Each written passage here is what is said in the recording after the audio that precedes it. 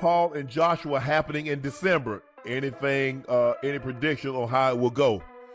Yeah, if it's not handicapped, Anthony Joshua will knock him out. Yeah, that's dangerous. Respect them both. It's not a fight I even thought of. It's nothing to do with me to start with. It come out of the blue, but it's intriguing. And I think from Jake's perspective, he's had a lot of criticism about he is a pro boxer now. The way you want to look at it, he trains as a pro, but and he's fighting as a pro. 10-ounce gloves, so they're the little ones that I knock people out with. And when AJ's got them on, trust me, you can feel them knuckles through the gloves. Big heavyweight with the same size gloves as what I had on, so it's not 14 or 16 ounces what you spar in. Shannon Sharpe talked to Jake Paul live on era about his plans to fight Anthony Joshua.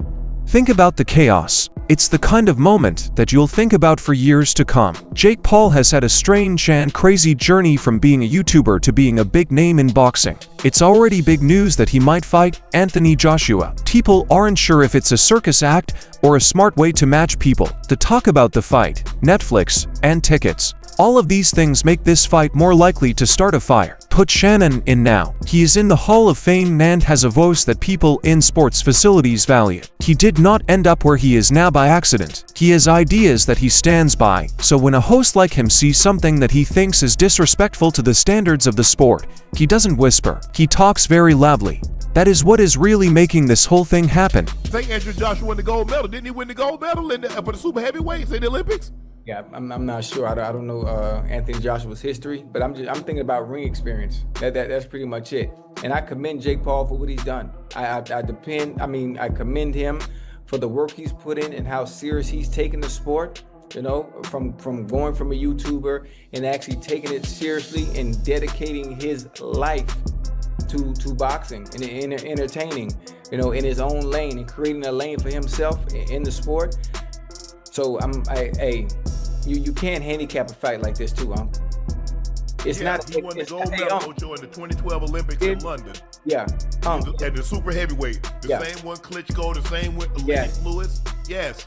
How does this kind of lav fight even begin? Jake does what he does first. He talks trash. It's his job. He makes social feeds very hot.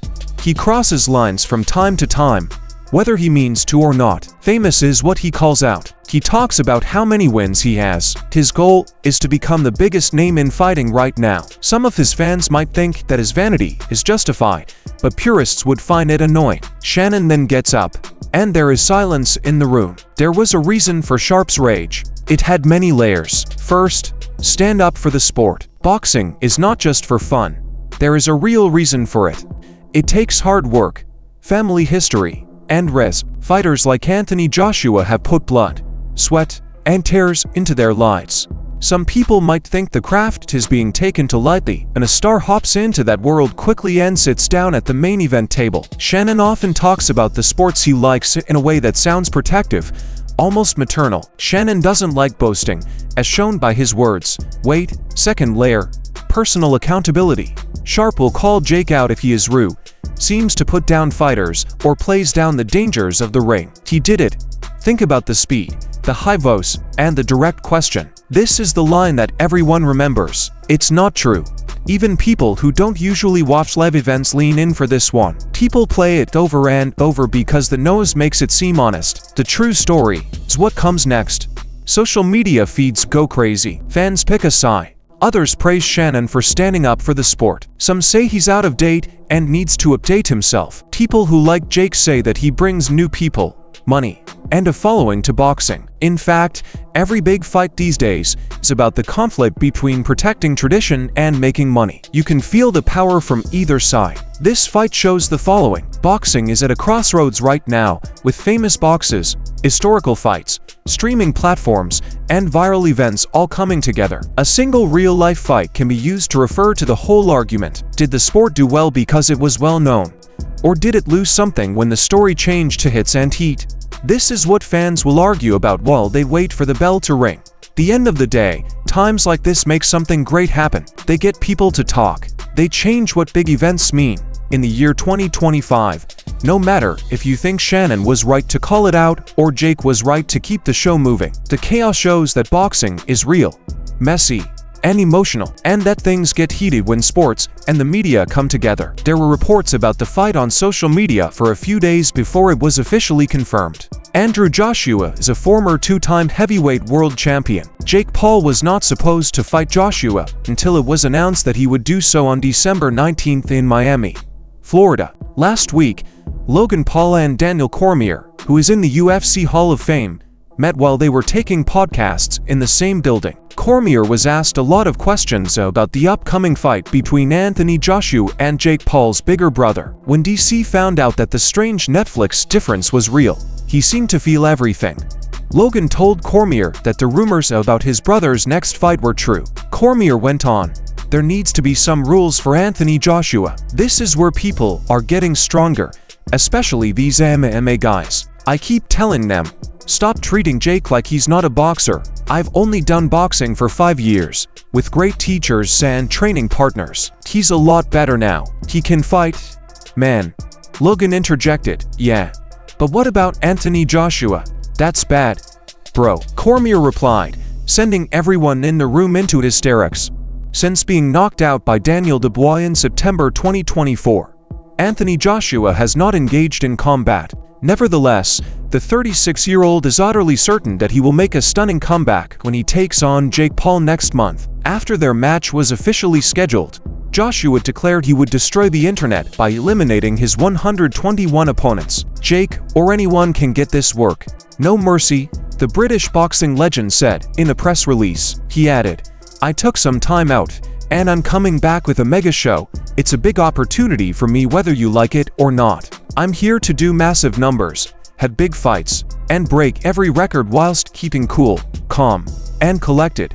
Mark my words, you'll see a lot more fighters take these opportunities in the future. I'm about to break the internet over Jake Paul's face." Meanwhile, Tyson Fury's prediction for Anthony Joshua's upcoming boxing showdown against Jake Paul, which is just 1 month away, has surfaced online. Fury, Joshua's distant opponent, said to the Ring magazine, "I think Jake Paul knocks him out. I think AJ is no longer strong, but Jake Paul is on the rise. I like how he looks like a heavyweight now. He is fat and big. He's getting there." Paul, who is 28 years old, has mostly fought as a cruiserweight. But in November of last year, he went up to heavyweight, which is where legend Mike Tyson fought most often, and beat the 58-year-old former champion on points. On December 19th, in Miami, the American will fight AJ, who is 36 years old, in a heavyweight match. The fight is set to last 8 3-minute rounds, and both fighters will be wearing normal 10-ounce gloves. Joshua will be able to weigh no more than 245 pounds the day before the fight. Unexpectedly, AJ is still tied to a fight with fellow countryman Fury, who is 37 years old. Joshua was previously close to fighting Fury. Fury's path in boxing is still unknown. After losing to Alexander Usyk for the second time in a row, he stopped for good in January, even though the Gypsy King had said he was retiring. Paul was supposed to fight unbeaten lightweight champion Gervonta Davis on November 14th. However, the fight had to be scrapped because Davis was accused of abuse by an ex-girlfriend, which led to an investigation. Paul and Nakisa Badarian, CEO of Most Valuable Promotions, talked about other fighters who agreed to fight Paul afterward, such as AJ. They also said that Fury's half-brother Tommy turned down the chance, offering me the fight in America, a place you know I can't get to right now, convenient. Give me $15 million anywhere else in the world, and I'll be there in 8 weeks to quiet you and do it again like I did the first time. The only person to beat Paul was Tommy Fury, who beat the American in 2023. Carl Froch, a famous British boxer, gave Anthony Joshua a harsh review of his career, saying that the former heavyweight champion has reached the peak of his powers and will not be able to beat Jake Paul. Froch said on his YouTube channel that he was worried about what this would mean for AJ's legacy. He didn't want to be negative, but he did wonder what impact AJ really had. He then said that AJ's legacy to him was bringing boxing back to the top and packed stadiums many times, maybe 4 or 5 times. He said that he had done 80,000 at Wembley in 2014 and that AJ had gained from what he and other people had founded. Froch said that he and George Groves' event at Wembley had gotten more people than any other event after the war, and AJ had kept that trend going. He said that AJ had been in big fights, that people had cheered for him, and that when he got up from the dirt against Vladimir Klitschko, he was instantly a winner. When AJ stepped up to the elite level, he had been found wanting even at a mediocre level, Froch said. Referring to AJ's loss to Andy Ruiz that night, he remembered that AJ had lost twice to Alexander Usyk and was beaten badly by Daniel Dubois. Froch thought that was the end of AJ and that it had happened more than a year ago. Froch says Joshua is just taking advantage of chances in what he calls the clown world. Consider, is AJ cashing out? Well, I did say a year ago when he got splattered by Daniel Dubois that he's finished now. He won't get that confidence back. He's not had any confidence, in his head. No belief for a long time, and I don't think he can get back to world level. There's a couple of new young guns now coming up and coming through. It's like a changing of the guard, and when Usyk retires, I don't know what Daniel Dubois is going to do next, but what Daniel Dubois did to him, then he went on and lost to Usyk. But there's a few new heavyweights coming through, Moses Atalma, just to mention one, and you wouldn't start putting AJ in with any of these young up-and-comers that can punch hard, because I just don't think he's got the chance, because the ambition and the desire is going to be gone. So AJ most definitely is cashing out, and you can't fault him. Fair play to him. He's going to get a massive payday, maximise his exit route. Froch also said that AJ's impact would be what he did for boxing, which was to bring the sport back to the masses and bring in new types of fans. He said that some people came to see AJ not because they were really into boxing, but because they wanted to be a part of a big event, which was good for the sport and brought attention to it. Froch, on the other hand, said that was AJ's legacy and that he had not had a Hall of Fame career. He said that to get into the Hall of Fame, you had to defend your world title twice in a row and beat top-level opponents. He said that this should be taken into account without making fun of AJ. He admitted that the Paul fight hurt AJ's reputation a little because, in his opinion, AJ was fighting in the clown world. However, he pointed out that it was big money and that AJ was cashing out, and that hurt his legacy a lot overall. David Benavidez praised Paul for taking on such a difficult task, even though they were very different in class and experience. A lot of people think Joshua will easily beat his inexperienced opponent. I respect Jake Paul, but that's a scary fight for him. He's likely to get knocked out, and I don't mean to be mean. To Fight Hub TV, Benavidez said, "I'm not saying anything bad, but Anthony Joshua is Anthony Joshua." He also said that Joshua is a multiple-time winner and an Olympic gold medalist. If you remember, Nanu was the last person who fought him without a lot of experience, and you saw what happened to him. But I really admire Jake Paul. The card will be good. The fight is really big and good. Man, really. I admire Jake Paul's courage in taking that fight. On the other hand, Lawrence Okolie has offered to help Jake Paul before his December fight with Anthony Joshua. The former cruiserweight world champion sparred with AJ a lot when he was Joshua's trainer. Now he wants to help Paul stay competitive in the ring. "I want to help Jake Paul and give him a chance. I'd like to visit Puerto Rico. The offer is there," Okolie said on Tuesday from Dubai, where he trains. "I'm going to fight soon, but I'll take a break for a few weeks. I need to know what it is." Jake Paul told himself, "That's okay. It's going to be me and an Englishman who weighs 250 pounds. 2 times in front of millions of Netflix fans. This big guy won an Olympic gold medal and was a heavyweight world winner. I need to know. I want to know what his secret is before the fight, because I don't know it." To make things even more interesting, Okolie has sparred with both Paul and Joshua over the years.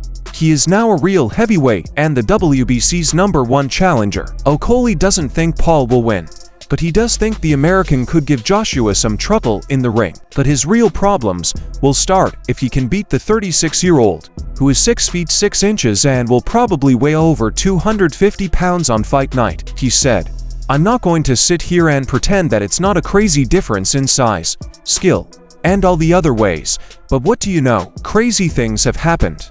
So let's see." Okolie didn't agree with the idea that Joshua, who has 25 knockouts and 28 professional wins, would beat Paul in the first round. He said, "For some reason, I don't think so.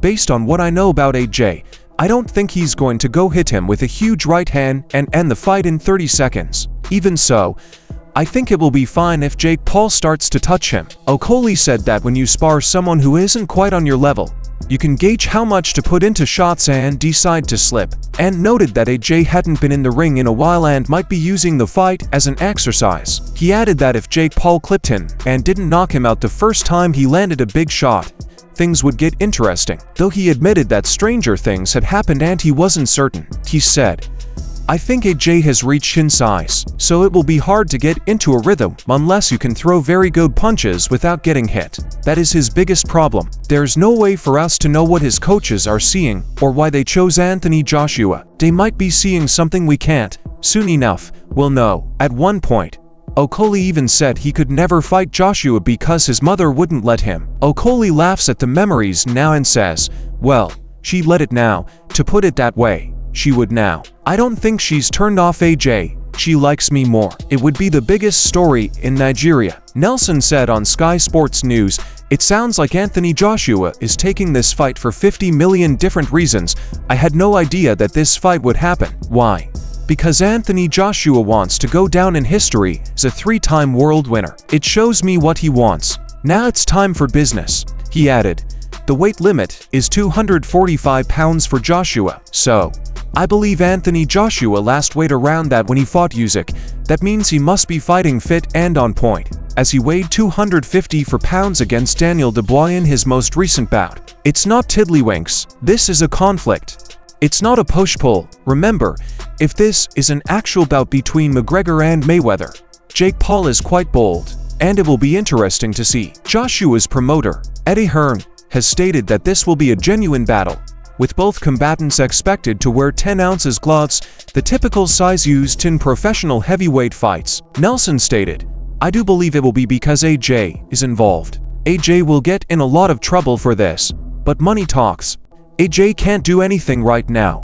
If he goes in there, Jake Paul lasts the distance." What does that tell you about AJ? You could say that's what you would expect if he goes in there and knocks him out. There probably isn't much fame other than people who hate Jake Paul saying, "I got rid of this kid."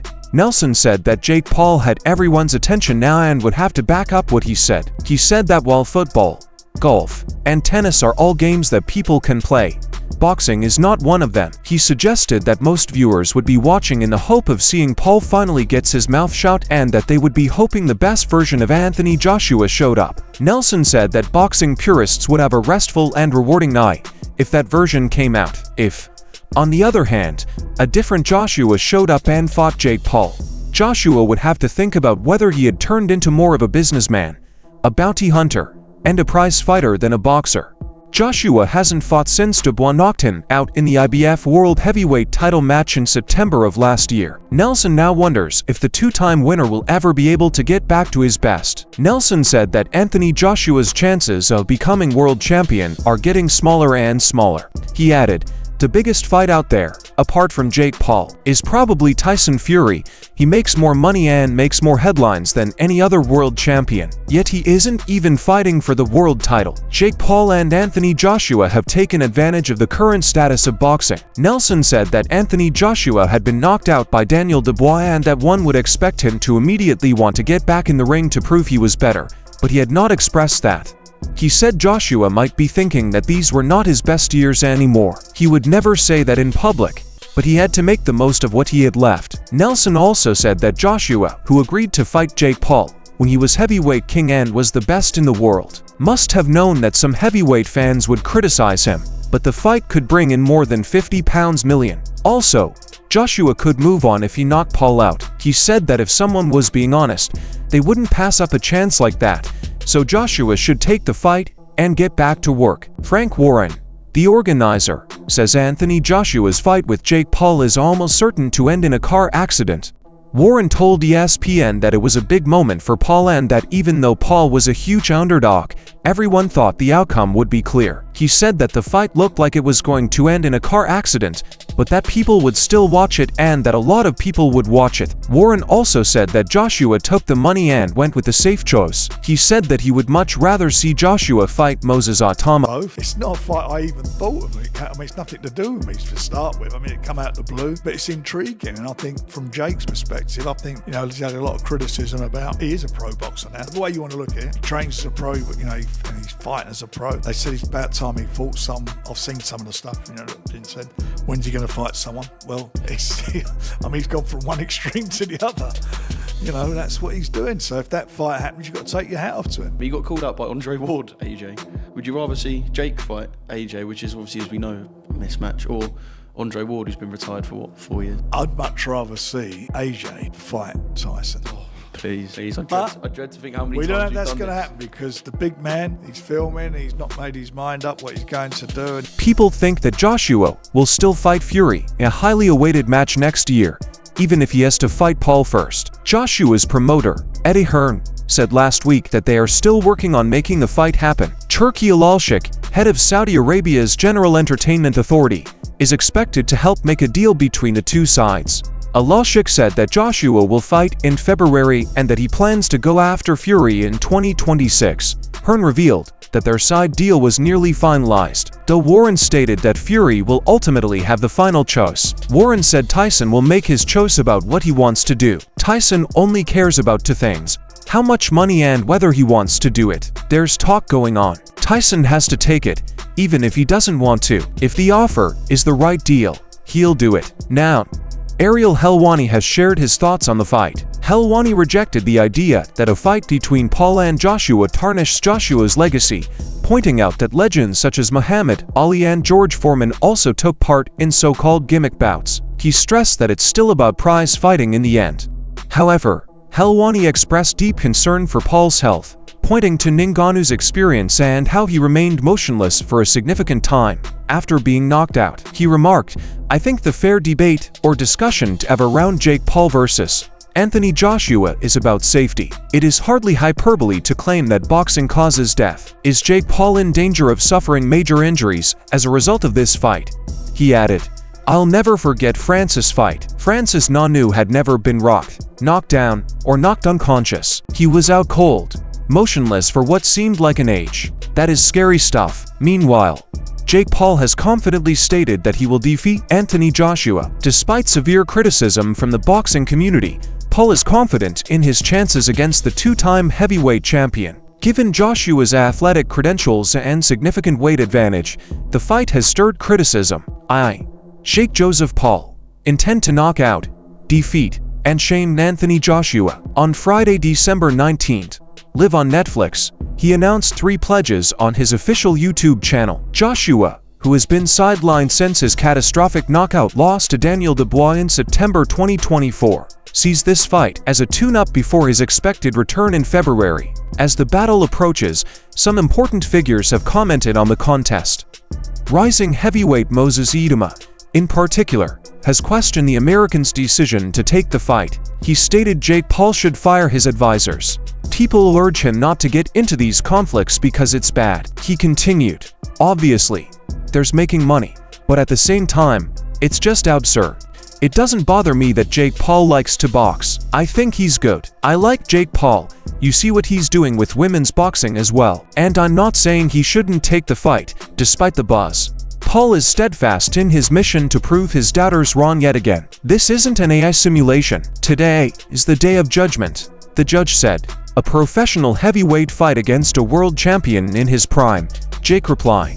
"When I beat Anthony Joshua, every doubt disappears, and no one can deny me the chance to fight for a world title. To all my detractors, this is exactly what you wanted." So that's it for today's video. Stay tuned, and we will see you in the next.